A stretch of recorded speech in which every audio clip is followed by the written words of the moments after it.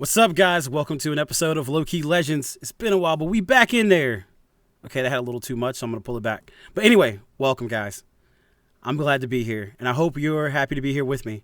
So what are we going to talk about today? Well, we're here at Guild Gaming, and since we're here, I'm going to talk about what we do here. We do a lot of rotation games where new players or with new DMs and new systems and new games. And boy, it gets a little rough sometimes. I'm not saying I've had bad players. I am saying I've had bad players. But we can do things to help make the game better for both of us. Like kick them out. No, I'm joking. No. I'm not saying kick out your players. What I'm saying is, as a player and as a DM, you guys should understand a few things. It's almost like a contract. That's right. It's my player DM contract episode. Because every podcaster who talks about D&D has one of these. This one's mine. And you can't have it. No, I'm playing. Okay, anyway, let's get to it. So, what do I mean by that? I mean that there's expectations at a table. As a DM, you're hoping that your players will engage with your game, become a part of the story, and together you guys have a good experience. Maybe as a DM, you have a cool few plot hooks you hope hit right. What do you expect as a player? Well, to make a cool character and do cool things is the short of it. I mean, we say that in much more words. You know, sometimes I make my prince who wants to reclaim his homeland, or I make my rogue who's out for revenge. But in the end, you want your character to grow and have fulfillment. But sometimes those goals get a little wanky. Sometimes they don't line up. Sometimes they're not congruent. You know, if your DM is telling you, hey, we're running a heist game, and you make a lawful good character that would never steal for anyone or anything, even if it meant doing the right thing, maybe that character isn't the perfect character. It's not saying it's not possible, but maybe that character should be a little bit more bending when it comes to certain things. Vice versa. If you know that your DM is looking for an epic fantasy with some heroes doing some heroic things and saving the damsel, slaying the dragon, and rescuing the town from the bandits, making your loner edge rogue who does nothing but death and who kills everyone who looks at him the wrong way may not be the way to go for a campaign of heroes. Now, I'm not saying you can't make an edgy loner character who learns what it means to trust comrades and evolve. But if your goal is to stay that way the whole time, you may not fit. So what am I saying? DMs, be very clear. Is your game going to be slapsticky, jokey? You know, are slimes going to rain from the sky sometimes and melt parts of clothing? Tell your players up front. Players, if your DM is saying that he wants to run 90% combat and 10% roleplay, let them know that you're more interested in roleplay. And maybe you guys can meet halfway. What I mean contract, what I mean is both of you sit down and you agree on what's happening. Because here's the thing. You're all playing a game together, meaning we have to work together. And I know that sounds crazy. It's almost like the hobby attracts people who aren't good with talking to people. Which means we have to sometimes take the initiatives, DMs. Sometimes we have to say that. So a lot of times it's the term for it now is episode 0, right? Everyone calls it session 0, episode 0.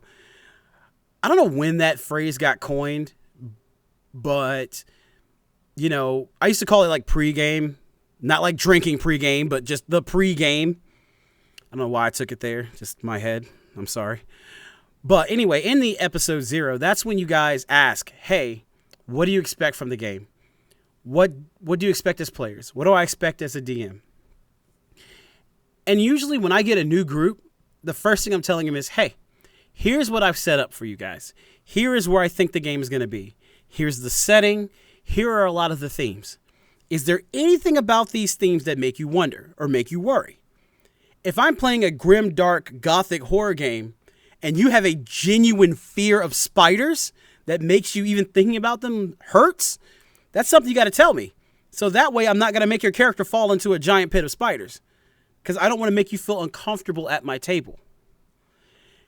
It's also a matter of trust, right? So we both are trusting each other to make a game fun, right? Because we're playing it to have fun. No one wants to be at a table to make this cool character they've invested time and interest in to not have fun. Your DM, hopefully, wants you guys to have fun at his table. He wants you to engage.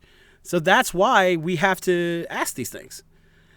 That's what the contract is. It's saying, I can have fun with you, you can have fun with me, and we can both enjoy this game together as long as we both have clear understandings. So what are some of the things you should say? Well, if you're a player, ask about the world. Ask about the lore. Ask about what kind of characters. Is he okay with you being morally ambiguous? If that's something you like, if that's something that he finds acceptable, then yeah. But be aware that a character that's fun for you may not be a character that's fun for the party. If you're going to make a character that you think is just hilarious, but if every time you do anything, everyone else at the table just kind of groans and it becomes a headache, maybe that's not the best character, because it's the contract between all of you trying to have fun together. Now, there may be a game for that. I have played some really ridiculous characters from time to time. Just telling a friend about a goblin I made who had a nuclear device out of crystal. That's ridiculous. That shouldn't be a thing. But he had it. We had a lot of fun because the character was ridiculous. Everyone knew he was ridiculous. And we had fun with it. But that was acceptable at that table. I couldn't have done that at other tables I've played at. So you got to have a little bit of awareness and be willing to listen and hear what someone else is saying. I know it sounds difficult. Obviously, you know best, right? Because you're the DM. Obviously, you're the player. So, where's your agency? You're important. It's almost like both statements are true. Both of you are just as important. Both of your experiences are just as important. The DMs and the players. So that's why we need to be able to have these conversations and be able to enjoy these games together.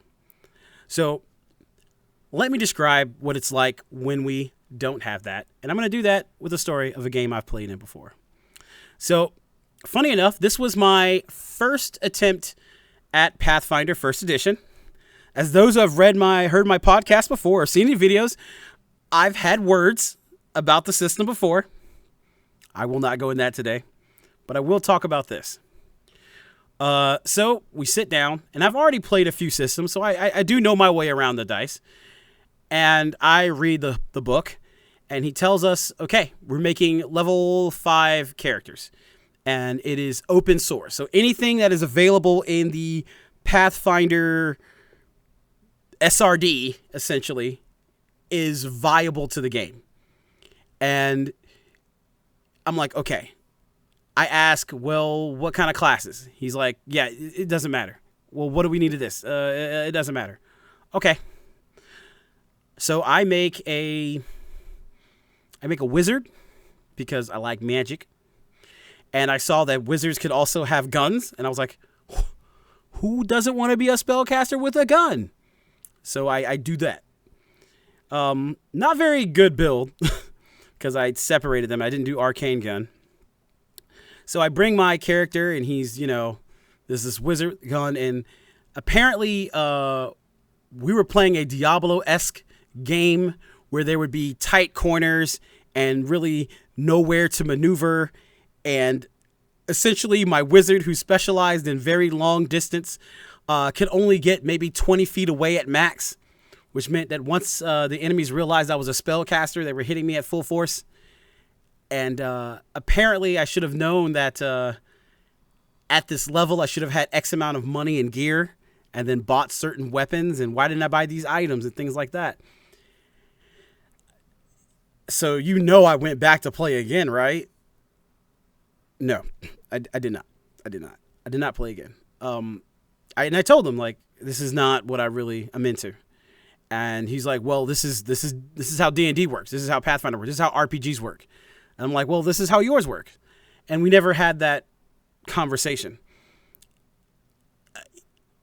We want to avoid issues like that. We want to avoid times where a person feels like they made something or they did something that doesn't fit with what you want.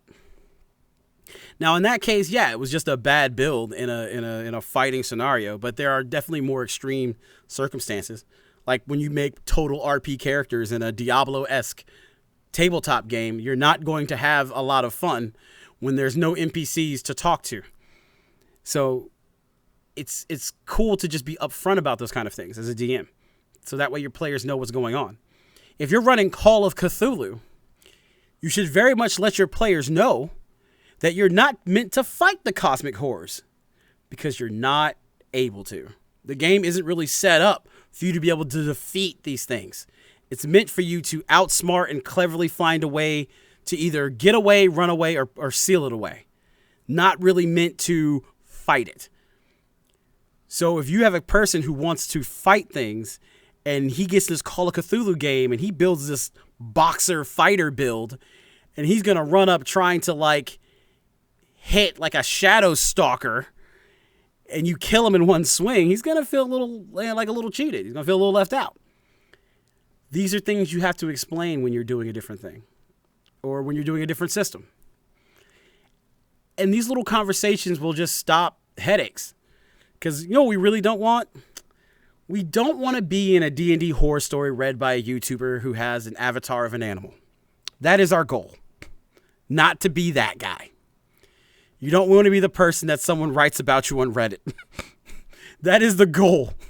Do not be him. Use the contract. Save yourselves. All right. No, I'm being honestly, that's like my goal as a DM. To never be the horror story.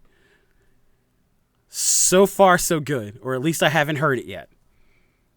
And if any of you are my players and you write me in a story, I will come after you. I will find you and you will know. Nah, I'm kidding. We're all good. We're all good. My players know we're all gravy. But anyway, just think about those kinds of things when you're about to get in the game and about to play a game. All right? Don't forget to like and subscribe. Hit the bell notification so that way you know that we got more coming. And remember, guys, the quest, it never really ends.